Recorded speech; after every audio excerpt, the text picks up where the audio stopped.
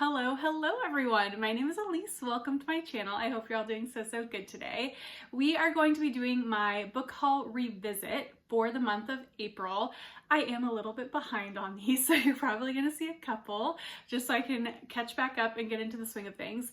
But I'm really excited to do this one because as I was looking back through the list to gather the books, I realized that I have actually read all of these. Well, some I might have DNF, but we'll get into that in a little bit.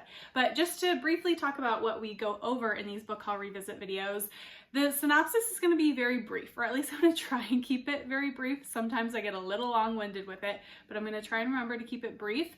And I'll also be talking about like why I wanted to buy the book in the first place, maybe where I bought it from, if I can remember and there's something special about it.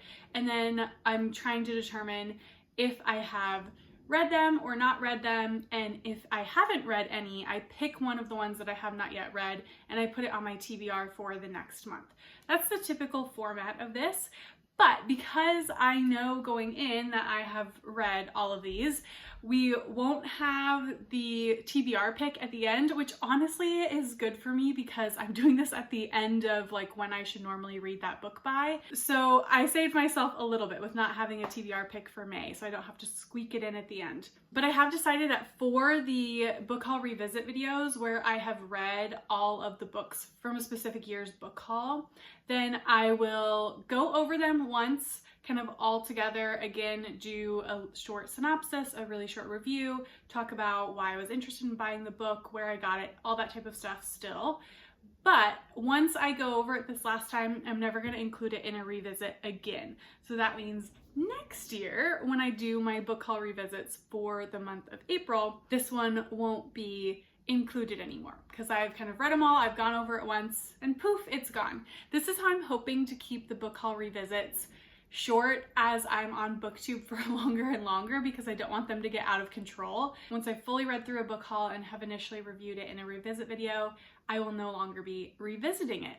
So hopefully that all made sense, but let's go ahead and get into this April book haul revisit. So right now we just have 1 year's worth to revisit for. So we will be revisiting the books that I bought in April of 2023. So starting off, we have a lot of poetry, and that's because April is National Poetry Month in the US. So we will start by going over those. The first one we have is Alive at the End of the World by Saeed Jones. This is published by Coffee House Press. And this book I absolutely loved. I actually recently talked about this in my poetry ranking video. Actually, all of these will be in my poetry ranking video that came out last month, I think. I'll link it below. This was my favorite poetry book that I read last year. I wanted to pick this up because I had honestly been hearing amazing reviews of it, and I had also heard great things about his memoir, which I actually own but have not read, and I've heard him speak to talk about his memoir, so I knew I kind of liked him. That very much was the case. This was a great collection about the grief of his mother and his complicated relationship with his mother growing up. Check it out more in detail in that poetry video, like all of these, if you want to know more about what themes are coming up in the collections and a more detailed review. Next we have Home. This is a collection of poems all translated from the Arabic, but by different authors and different translators. That was collected by Two Lines Press in their Calico series, which I love and collect. This one I actually enjoyed more than I thought I was going to. I'm always nervous for poetry anthologies because they're specifically trying to put variety in there, so there's going to be things that you like more than others. But this one, I think overall as a collection was pretty cohesive. I like slightly more than half of the authors where I was like, oh, I would definitely read from them again, and that's a good hit rate for me. So yeah, enjoyed this one, and I got this because I collect this series, so I will forever be getting the Calico series. Let's hope. Next up we have And Yet by Kate Baer. I love Kate Baer, that's why I wanted to pick this up. This was the third collection that I've read by her. Is that right? Yes. This was the third collection that I've read by her. And yeah, just wanted to read her again. I did really like this one, but it was probably my least favorite of the 3 that I've read by her. I've said this many times before, but I like her erasure poems the best so far, and I think that is what she became famous for. Love this collection. She talks a lot about womanhood. In this one, a lot about parenthood because she's become a mother. She's a good introduction to poetry because the poems themselves are pretty straightforward. Next collection of poetry, we have Dog Songs by Mary Oliver. This one's published by Penguin, I think, and I absolutely love this as well. For a while last year, this was actually my favorite poetry collection, and then it switched kind of right at the end with Alive at the End of the World. But this is a very touching collection about Mary Oliver's relationship with all of the dogs that have been in and out of her life, and she talks a lot about how dogs kind of connect us to the natural world, or at least like her to the natural world, and it has all the grief and joy and love that comes with being in a dog's life, and absolutely loved it. It hit all the feels because I also have a dog and he is my best companion and runs my life. So I fully understand. So this one was lovely. I think, again, another really good introduction into poetry because it's pretty straightforward, not going to be super experimental and hard to figure out.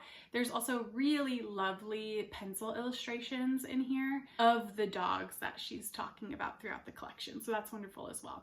And then last poetry collection I think on here is The Heiress / Ghost Acres by Lightsey Darst. This is also by Coffee House Press, and it came because last year I had the subscription for Coffee House Press, and this was one of their releases last year. So I should say I didn't know about this author or this collection before getting it and before signing up for the subscription, which is a great thing about subscriptions is you get introduced to new authors. So wouldn't have picked this up on my own, and I did really end up enjoying it.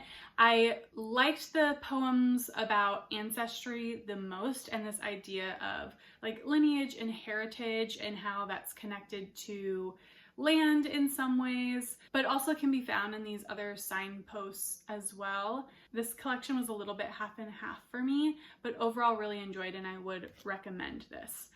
So we made it through the poetry. Now we're going to be getting into the rest of the books.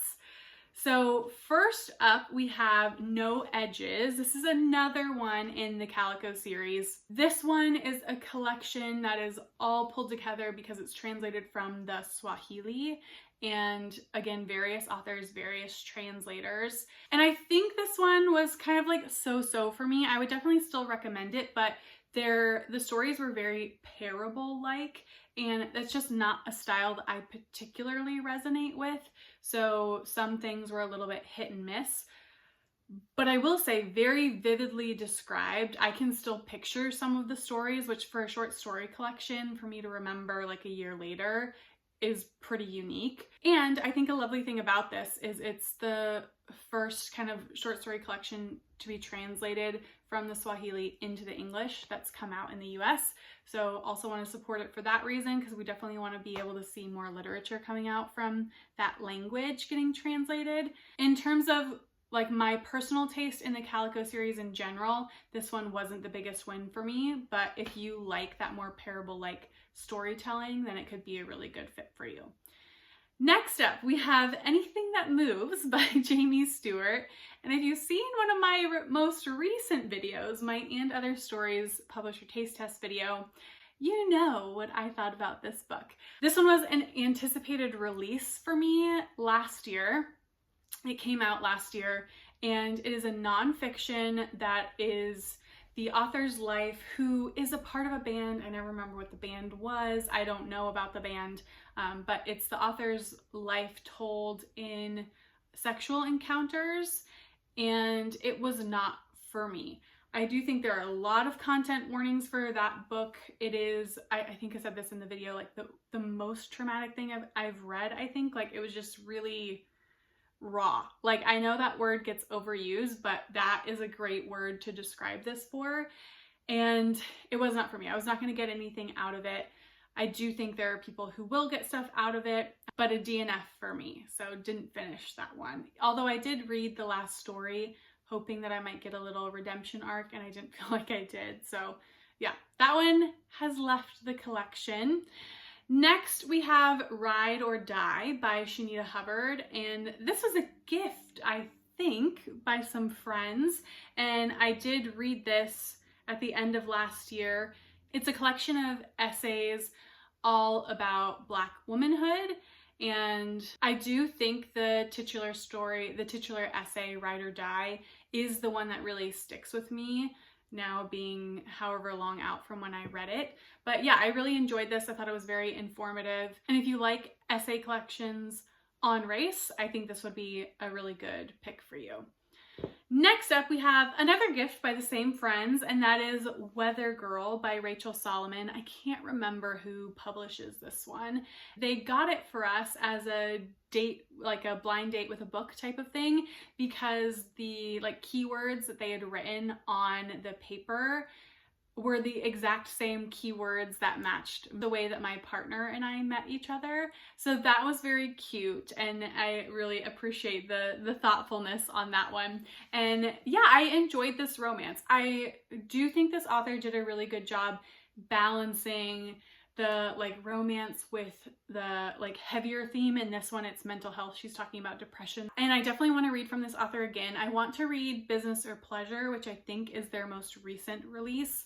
This one definitely wasn't my favorite of the romances that I've read. I think in some ways it's a little forgettable, but it is a romance that takes place in Seattle, which is where I live. So if you're in Seattle and wanting a romance around this area, it's a great one. I loved seeing all the places that I knew pop up throughout the book, and nothing felt cringy for me coming up in it, which is always a big win. So yeah, I would definitely recommend that one as well.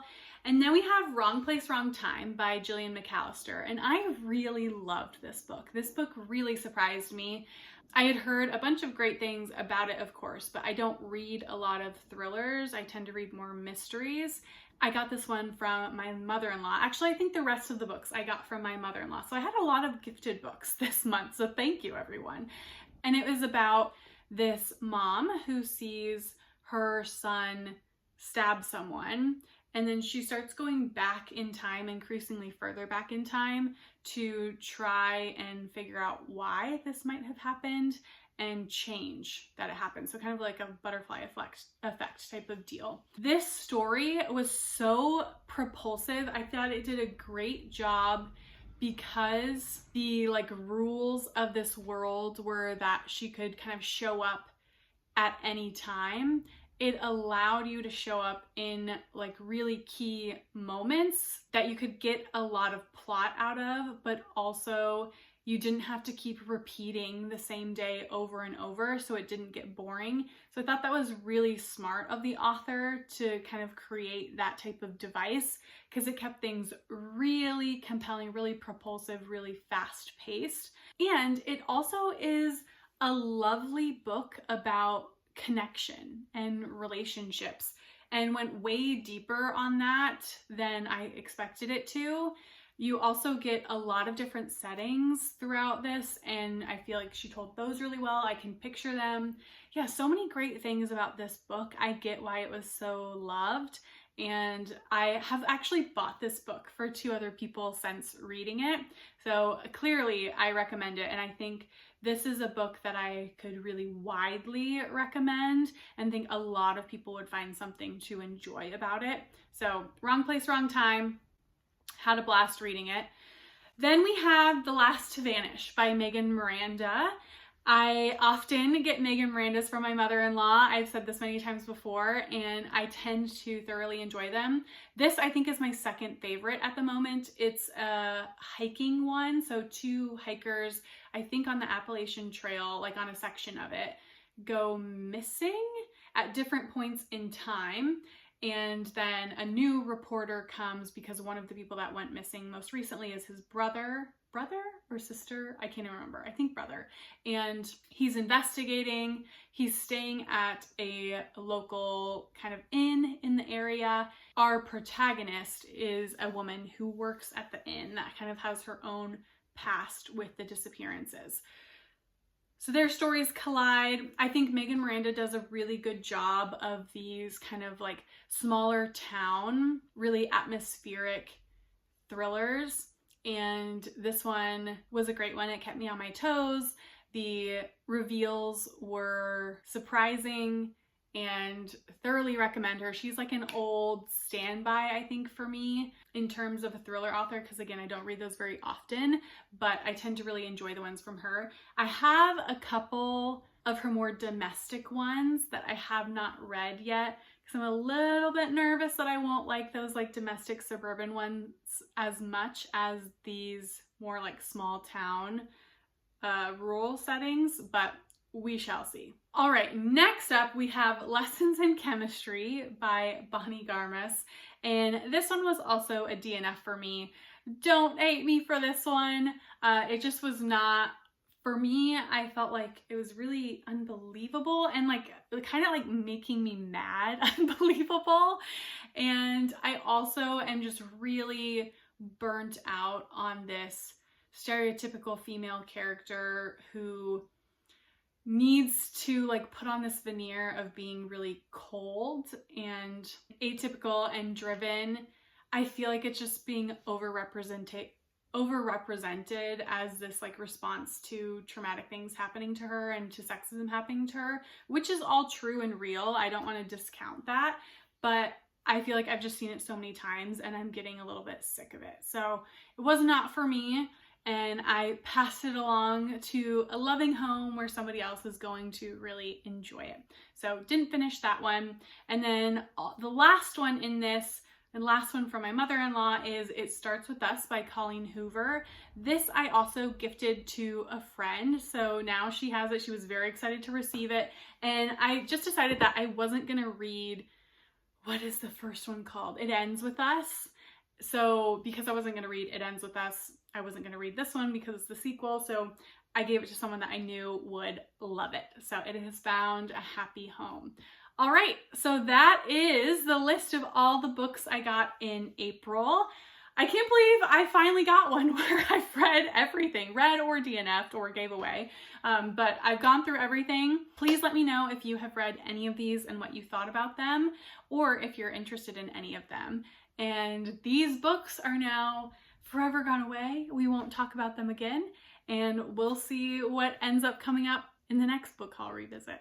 So I will see you all then. Bye.